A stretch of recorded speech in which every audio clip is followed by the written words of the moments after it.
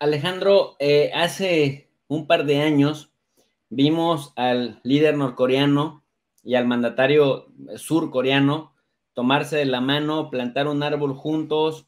Parecía eso el fin de las hostilidades entre las Coreas en el paralelo 38. ¿Qué falló para que se terminara de consolidar una verdadera paz en la península de Corea? Bien, ya ha habido tres encuentros. Este no fue el primero, era ya el tercero. Han habido tres presidentes surcoreanos que han firmado acuerdos de paz y de reunificación con nuestros líderes en el norte. El gran problema que tiene Corea del Sur es su excesiva dependencia de los Estados Unidos. Corea del Sur, a fecha de hoy, todavía sus tropas militares están bajo control estadounidense. En caso de conflicto, el OPCON, Operation Control, el control de las tropas surcoreanas, no pertenece al pueblo de Corea del Sur, pertenece al ejército de los Estados Unidos. Y como le he dicho antes también, la guerra de Corea sigue vigente. Estamos en guerra de forma oficial. Y ojo con esto, la guerra no es entre el norte y el sur. Ahí cometen un gran error muchos académicos, profesores y supuestos catedráticos que ni siquiera se han fijado en el armisticio. La guerra es entre la RPDC, entre Corea del Norte y los Estados Unidos de América, no entre el norte y el sur. Porque el sur al final era una colonia militar. Ellos no podían decidir y lo sigue siendo. Y ahí está el problema. El presidente o presidenta surcoreano no puede hacer prácticamente nada con Corea del Norte si no tiene la luz verde de Washington. Hasta que eso no suceda, hasta que Corea del Sur, el presidente elegido por los surcoreanos, no pueda decidir por sí mismo qué tipo de acciones van a llevar conjuntas para llegar a la paz o firmar el fin de la guerra con Estados Unidos, hasta que eso no suceda, no se va a poder avanzar. Por eso estamos siempre, avanzamos prácticamente un paso, retrocedemos dos. Ya ha pasado con el presidente Kim Dae-jung, año 2000, llevamos 22 años así, 22 años, con un presidente que desea un encuentro, pero que después es coartado por un presidente conservador de los Estados Unidos. Luego viene otro presidente que casualmente se suicida, el presidente surcoreano Roh Moo-hyun, o lo suicidan. De repente, entonces viene una conservadora que es corrupta, que envían a prisión, Park Geun-hye, la anterior presidenta surcoreana, y luego viene este presidente que era consultor, de hecho, del anterior presidente que supuestamente se suicidó, aunque todos sabemos que lo suicidaron, que es este presidente que vemos en la foto, el presidente Moon Jae-in, con muy buena disposición para establecer, pero que no puede avanzar más porque no le deja Washington. Y entonces llegan las elecciones ahora, en mayo, el presidente Yoon ha tomado el poder y ha dicho, todo lo que se ha hecho, no quiero saber nada. Es proamericano y se hará lo que diga los Estados Unidos de América, el presidente Biden en este caso. Así que es clave para la paz y la reunificación, en el caso de Corea, que el presidente surcoreano que llegue pues sea independiente, que sea presidente de su nación y no sea simplemente un peón de los intereses de Estados Unidos. ¿Podría caber aquí el paralelismo, Alejandro, de los 70,000 soldados estadounidenses que ocupan militarmente Europa y vemos esta subordinación de la Unión Europea y de la OTAN en el caso de Rusia hacia Estados Unidos, con el paralelismo de la subordinación japonesa y surcoreana en ese mismo, digamos, nivel? Sin duda, es lo mismo. Estados Unidos está demostrado y es demostrable que es un imperio. Entre ellos, pues, las famosas guerras, ¿no? Las últimas, sobre todo desde la guerra de Irak, la gente abrió un poco más los ojos a esa supuesta libertad que traían los Estados Unidos al darse cuenta de que era toda una farsa, pero los miles y miles de muertos y de personas que no saldrán de la miseria en Irak no lo va a cubrir Estados Unidos, todos los desastres que ha hecho. ¿Qué decir de Afganistán y de tantos otros países donde la gente muere todos los días bajo los drones estadounidenses? Somalia, por ejemplo, también en la actualidad. Entonces, Estados Unidos actúa como un imperio en el que se cree el dueño del mundo, que puede controlar política y económicamente al resto de naciones, y si alguien rechaza su control o sus órdenes, pues no duda en usar su gran armamento para someterlo. Y así funciona en Europa, en Corea y en todo el mundo. Su modo de operación ha sido prácticamente el mismo desde que los forajidos empezaron a desarrollar ese país, que básicamente eran los inmigrantes, muchos de ellos con problemas, ¿no? Que iban con sus pistolas al cinto pegando tiros. Por desgracia, como hemos visto hoy mismo, pues todos los días siguen pegando tiros, ¿no? Y hasta a los niños. Y ese tipo de ideología de superioridad, arrogancia y sobre todo robo de los recursos y de la potestad de otros pueblos es lo que tiene que acabar. Y yo creo que cualquier nación en el mundo no puede tolerar que otros estén decidiendo por su propio pueblo. Hay que tener un poco de dignidad, un mínimo de dignidad nacional.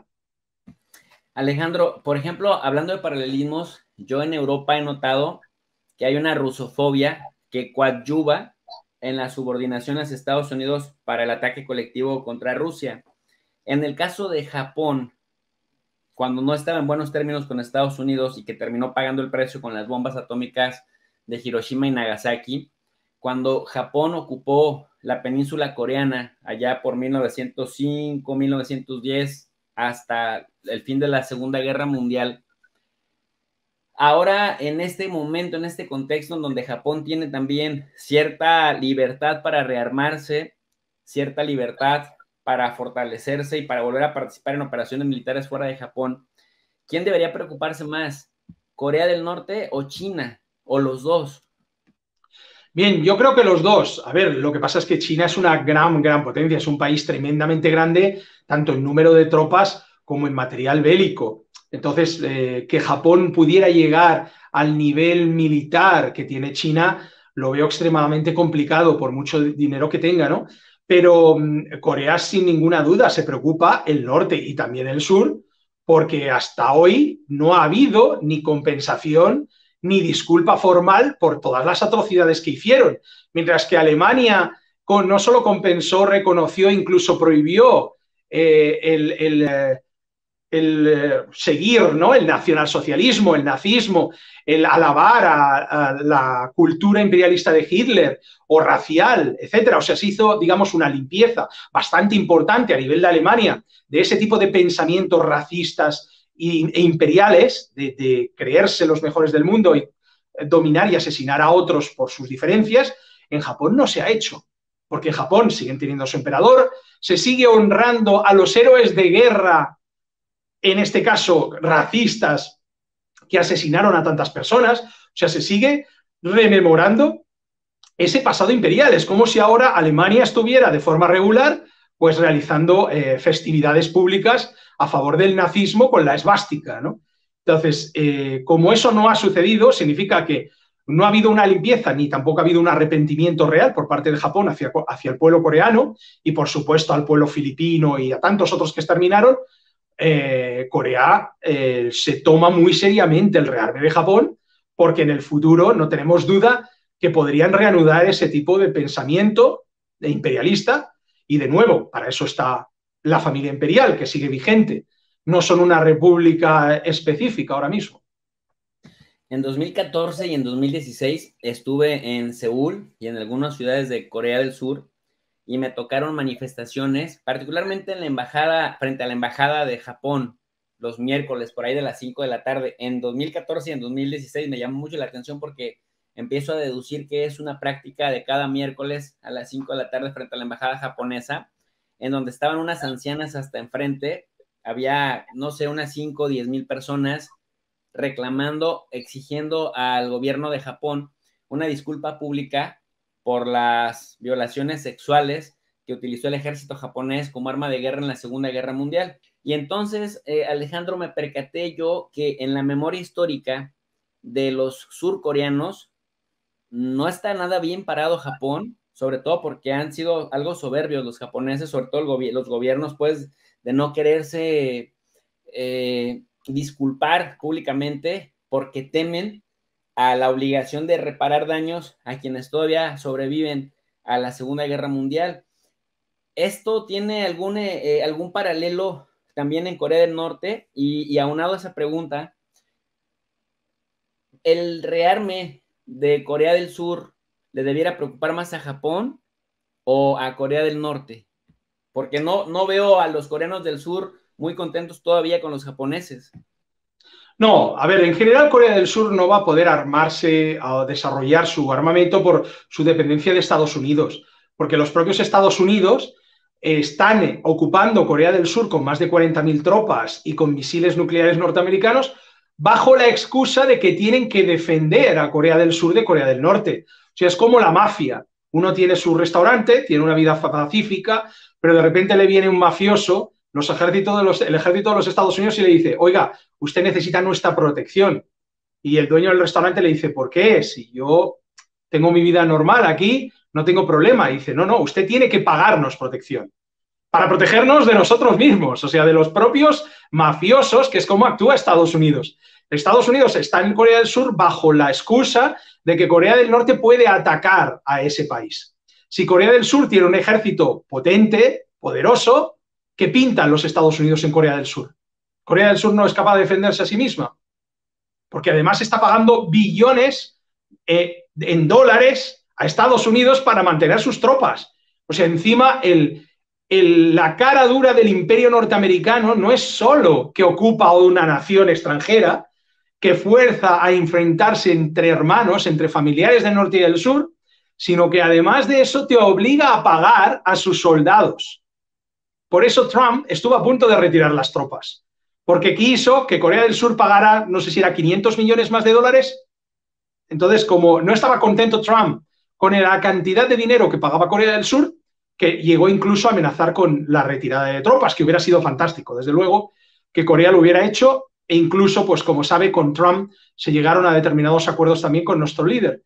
Así que el tema también de las mujeres obligadas a la prostitución, mujeres más bien niñas, que ahora son la mayoría ya han fallecido o son personas muy mayores, claro que ha pasado, es exactamente igual el norte y el sur, porque Japón ocupó toda Corea, en ese momento no estaba dividida, Corea ha sido una única nación.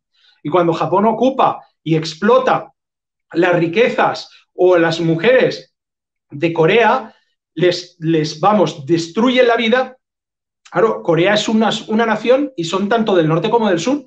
Y yo he llegado a conocer a ancianas en Corea del Norte que pasaron por esos prostíbulos siendo niñas, donde las violaban, les llegaban a violar 20 personas, 30 soldados japoneses en un día. Y yo he hablado con esas mujeres, pero ya muy pocas quedan en vida, son muy mayores, también tuvieron muchos problemas de salud, como podemos imaginar por las dificultades de ese periodo. Y bueno, pues todavía estamos esperando. Yo creo que por el orgullo y racismo que tiene Japón todavía hoy, no creo que vayan a dar ese paso, que vayan a reconocerlo, porque realmente siguen creyendo en su superioridad racial. Japón sigue creyendo en esa superioridad racial que hace la vida casi imposible a los coreanos que viven allí, que son muchos, tanto del norte como del sur. Hay dos organizaciones, Organización de Coreanos del Norte y Organizaciones de Coreanos del Sur, que viven en Japón y ambos sufren una discriminación total y absoluta. Pues sí, eso me tocó verlo del lado de Corea del Sur.